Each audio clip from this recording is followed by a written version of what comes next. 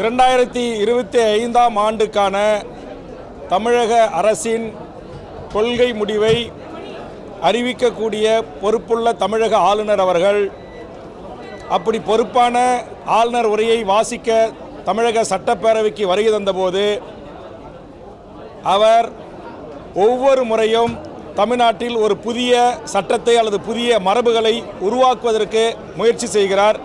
இதை நான் முதலில் வன்மையாக கண்டிக்கிறேன். அந்த முயற்சியானது என்னவென்றால், ஒரு அரசு நிகழ்ச்சி அல்லது பேரவை தொடங்குகின்ற போது முதலில் தமிழ்த்தாய் வாழ்த்து பாடி அரசு நிகழ்ச்சி தொடங்கும்.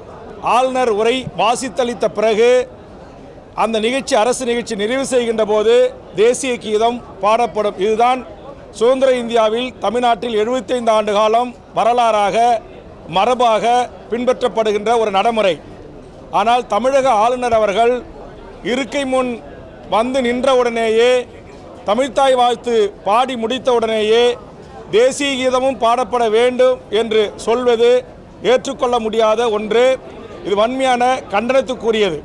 பல்வேறு அரசு நிகழ்ச்சிகளில் ஆளுநர் கலந்து கொள்கின்ற நிகழ்வுகளில் இந்த புதிய நடைமுறையை தமிழ்நாட்டில் புகுத்துவதற்கு அவர் முயற்சிக்கிறார்.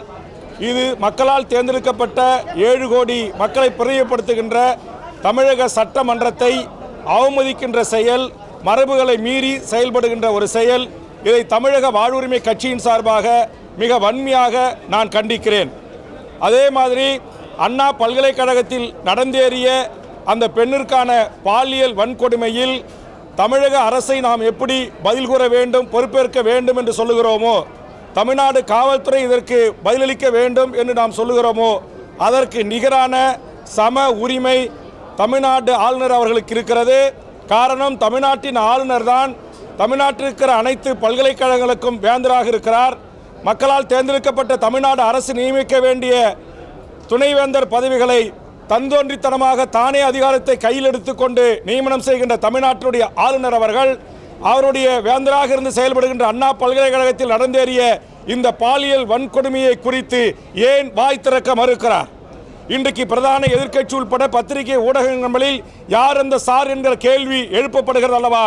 அதற்கு பதில் சொல்ல வேண்டிய பொறுப்பும் கடமையும் தமிழ்நாட்டில் இருக்கிற பல்கலைக்கழகங்களுக்கு வேந்தராக இருக்கின்ற தமிழக ஆளுநருக்கு அது இருக்கிறது.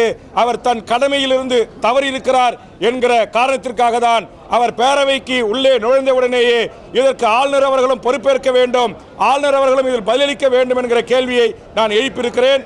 அதுபோன்று தமிழ்த்தாய் வாழ்த்தை பாடியவுடன் தேசிய கீதம் பாட வேண்டும் என்று அடம்பிடிக்கிற அட்டுழியம் செய்கின்ற ஆளுநர் அவர்களுக்கு எதிராக முதல் குரலாக அவர் இருக்கைக்கு முன்பாக சென்று ஜனநாயக மாண்போடு என்னுடைய கண்டனத்தை நான் பதிவு செய்திருக்கிறேன்.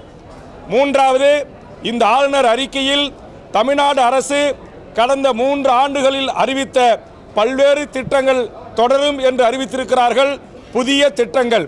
ஆளுநர் உரை என்பது 2025ஆம் ஆண்டுக்கான தமிழ்நாட்டு மக்களுக்கான நல்ல திட்டங்களை, சட்டமன்ற உறுப்பினருடைய கோரிக்கைகளை அரசு ஓய்வு பெற்ற ஊழியர்கள், அரசு ஊழியர்கள், மக்கள், பொதுமக்கள், மாணவர்கள், இளைஞர்கள், செவிலியர்கள், ஆசிரியர்கள் என்று பலதரப்பட்ட மக்கள், விவசாயிகளுடைய, தொழிலாளர்களுடைய கோரிக்கைகளை நிறைவேற்றக்கூடிய ஒரு அறிவிப்பு இடம்பெறக்கூடிய திட்டங்களை அறிவிக்கக்கூடிய ஒரு ஆளுநர் உரையாக இது இருந்திருக்க வேண்டும்.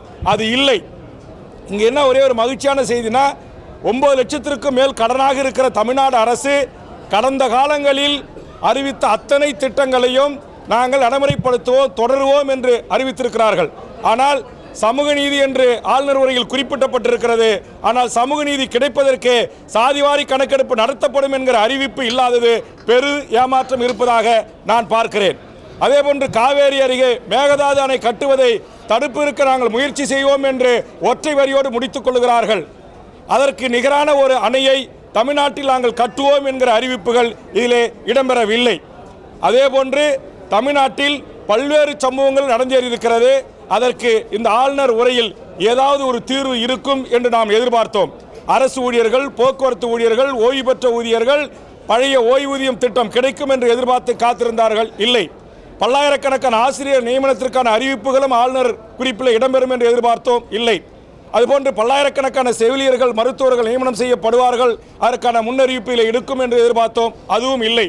ஆக இதுபோன்று இல்லை என்கிற இந்த எதிர்பார்ப்புகளை இனி வரும் நிதிநிலை அறிக்கையிலாவது மாண்புமிகு தமிழக முதலமைச்சரும் மாண்புமிகு நிதி அமைச்சரும் ஏனைய துறை அமைச்சர்களும் தமிழ்நாட்டு மக்களின் எதிர்பார்ப்புகளை நிறைவேற்றுகின்ற ஒரு அறிவிப்புகள் இடம்பெறக்கூடிய நிதிநிலை அறிக்கையாக பிற்காலத்தில் வர வேண்டும் என்கிற வேண்டுகோளையும் இந்த நேரத்திலே நான் முன்வைக்கிறேன். நன்றி.